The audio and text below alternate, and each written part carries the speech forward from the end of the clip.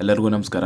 ಕರ್ನಾಟಕ ಪರೀಕ್ಷಾ ಪ್ರಾಧಿಕಾರದ ಅಡಿಯಲ್ಲಿ ನಡೆದಿರುವಂತಹ ವಿವಿಧ ಇಲಾಖಾ ನಿಗಮ ಮಂಡಳಿಗಳಲ್ಲಿ ಖಾಲಿರುವಂತಹ ವಿವಿಧ ವೃಂದದ ಹುದ್ದೆಗಳಿಗೆ ಸಂಬಂಧಿಸಿದಂತೆ ಅರ್ಜಿ ಸಲ್ಲಿಸಿದ ಅಭ್ಯರ್ಥಿಗಳಿಗೆ ಇದೀಗ ಕರ್ನಾಟಕ ಪರೀಕ್ಷಾ ಪ್ರಾಧಿಕಾರದ ಕಡೆಯಿಂದ ಅಧಿಕೃತವಾಗಿ ಕಡ್ಡಾಯ ಕನ್ನಡ ಪರೀಕ್ಷೆಯ ವೇಳಾಪಟ್ಟಿಯನ್ನ ಬಿಡುಗಡೆ ಮಾಡಿದ್ದಾರೆ.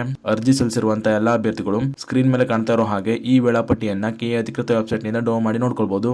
ಇಲ್ಲ ಅಂದ್ರೆ ನಮ್ಮ ಟೆಲಿಗ್ರಾಮ್ ಚಾನಲ್ ನಲ್ಲಿ ಕೂಡ ಹಾಕಿರ್ತೀನಿ, ಅಲ್ಲಿಂದ ಕೂಡ ನೀವು ಡೌನ್ ಮಾಡಿ ನೋಡ್ಕೊಳ್ಬಹುದಾಗಿರ್ತದೆ. ಟೆಲಿಗ್ರಾಮ್ ಚಾನಲ್ ಲಿಂಕ್ ನ ಡಿಸ್ಕ್ರಿಪ್ಷನ್ ನಲ್ಲಿ ಹಾಕಿರ್ತೀನಿ, ನೋಡ್ಕೊಳ್ಳಿ.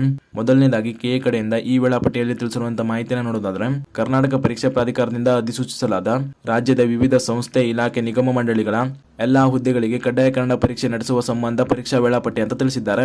ನಂತರ ಕರ್ನಾಟಕ ಪರೀಕ್ಷಾ ಪ್ರಾಧಿಕಾರವು ರಾಜ್ಯದ ವಿವಿಧ ಸಂಸ್ಥೆ, ಇಲಾಖೆ, ನಿಗಮ ಮಂಡಳಿಗಳಲ್ಲಿ ಖಾಲಿ ಇರುವ ವಿವಿಧ ವೃಂದಗಳ ನೇರ ನೇಮಕಾತಿ ಹುದ್ದೆಗಳಿಗೆ ಸ್ಪರ್ಧಾತ್ಮಕ ಪರೀಕ್ಷೆಯನ್ನು ನಡೆಸಲು ದಿನಾಂಕ 8/10/2025, 31/10/2025 ಮತ್ತು 15/11/2025 ಪ್ರತ್ಯೇಕ ಅಧಿಸೂಚನೆಗಳಲ್ಲಿ ಅರ್ಜಿಗಳನ್ನು ಆಹ್ವಾನಿಸಲಾಗಿರುತ್ತದೆ. ಅದರಂತೆ ಅಧಿಸೂಚಿಸಲಾದ ಹುದ್ದೆಗಳ ಪೈಕಿ ಗ್ರೂಪ್ ಸಿ ಹುದ್ದೆಗಳಿಗೆ ಸ್ಪರ್ಧಾತ್ಮಕ ಪರೀಕ್ಷೆಯನ್ನು ನಡೆಸಲು ದಿನಾಂಕ 19/11/2025 ವೇಳಾಪಟ್ಟಿಯನ್ನು ಪ್ರಕಟಿಸಲಾಗಿರುತ್ತದೆ.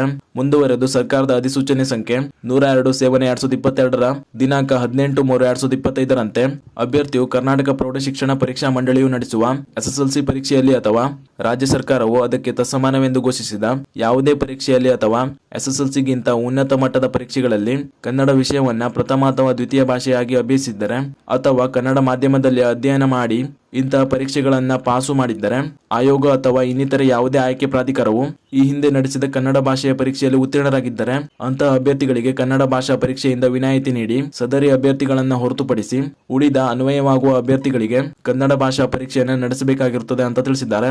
ನಂತರ ಕಡ್ಡಾಯ ಕನ್ನಡ ಪರೀಕ್ಷೆಯ ವೇಳಾಪಟ್ಟಿಯನ್ನು ನೋಡೋದಾದ್ರೆ, ಈ ಕಡ್ಡಾಯ ಕನ್ನಡ ಪರೀಕ್ಷೆಯನ್ನ ದಿನಾಂಕ 28/12/2025 ಮಧ್ಯಾಹ್ನ 3 ಗಂಟೆಯಿಂದ 5 ಗಂಟೆವರೆಗೆ ನಡೆಸಲಾಗುತ್ತದೆ ಅಂತ ತಿಳಿಸಿದ್ದಾರೆ. ಈ ಒಂದು ಕಡ್ಡಾಯ ಕನ್ನಡ ಪರೀಕ್ಷೆಯು ಗರಿಷ್ಠ 150 ಅಂಕಗಳಿಗೆ ಆಗಿರುತ್ತದೆ ಮತ್ತು ಈ ಕಡ್ಡಾಯ ಕನ್ನಡ ಪರೀಕ್ಷೆಯು ಒಟ್ಟು 100 ಪ್ರಶ್ನೆಗಳನ್ನು ಒಳಗೊಂಡಿರುತ್ತದೆ ಅಂತ ತಿಳಿಸಿದ್ದಾರೆ. ಅದೇ ರೀತಿ ಕಡ್ಡಾಯ ಕನ್ನಡ ಪರೀಕ್ಷೆಗೆ ಸಂಬಂಧಿಸಿದಂತೆ ಕೆಲವು ವಿಶೇಷ ಸೂಚನೆಗಳನ್ನು ಕೂಡ ತಿಳಿಸಿದ್ದಾರೆ. ಅವುಗಳನ್ನು ನೋಡೋದಾದ್ರೆ, ಪ್ರತಿ ಪ್ರಶ್ನೆಗೆ 1.5 ಅಂಕಗಳಿದ್ದು ಎಲ್ಲಾ ಪ್ರಶ್ನೆಗಳಿಗೆ ಸಮಾನ ಅಂಕಗಳಿರುತ್ತದೆ. ಕನ್ನಡ ಭಾಷಾ ಪರೀಕ್ಷೆಯು ಬಹು ಆಯ್ಕೆ ಮಾದರಿಯದ್ದಾಗಿರುತ್ತದೆ. ಕನ್ನಡ ಭಾಷಾ ಪರೀಕ್ಷೆಯಲ್ಲಿ ಅರ್ಹತೆ ಹೊಂದಲು ಅನ್ವಯಿಸುವ ಅಭ್ಯರ್ಥಿಗಳಿಗೆ ಕನಿಷ್ಠ 50 ಅಂಕಗಳನ್ನು ಗಳಿಸುವುದು ಕಡ್ಡಾಯವಾಗಿರುತ್ತದೆ. ಅಭ್ಯರ್ಥಿಗಳಿಗೆ ಕಡ್ಡಾಯ ಕನ್ನಡ ಪರೀಕ್ಷೆಯು ಕೇವಲ ಅರ್ಹತಾ ಪರೀಕ್ಷೆಯಾಗಿದ್ದು ಅರ್ಹತೆ ಹೊಂದದ ಹೊರತು ಹುದ್ದೆಯ ಆಯ್ಕೆಗೆ ಅರ್ಹರಾಗಿರುವುದಿಲ್ಲ.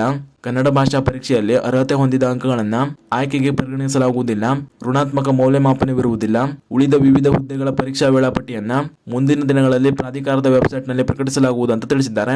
ಅಂದ್ರೆ ಈ ಕಡ್ಡಾಯ ಕನ್ನಡ ಪರೀಕ್ಷೆಯಲ್ಲಿ ಕನಿಷ್ಠ 50 ಅಂಕಗಳನ್ನು ಗಳಿಸಿ ಅರ್ಹತೆ ಪಡೆಯುವುದು ಕಡ್ಡಾಯವಾಗಿರುತ್ತದೆ. 50ಕ್ಕಿಂತ ಕಡಿಮೆ ಪಡೆಯುವಂತಹ ಅಭ್ಯರ್ಥಿಗಳು ನೀವು ನೇಮಕಾತಿಯ ಸ್ಪರ್ಧಾತ್ಮಕ ಪರೀಕ್ಷೆಗೆ ಅರ್ಹತೆಯನ್ನ ಪಡೆಯುವುದಿಲ್ಲ.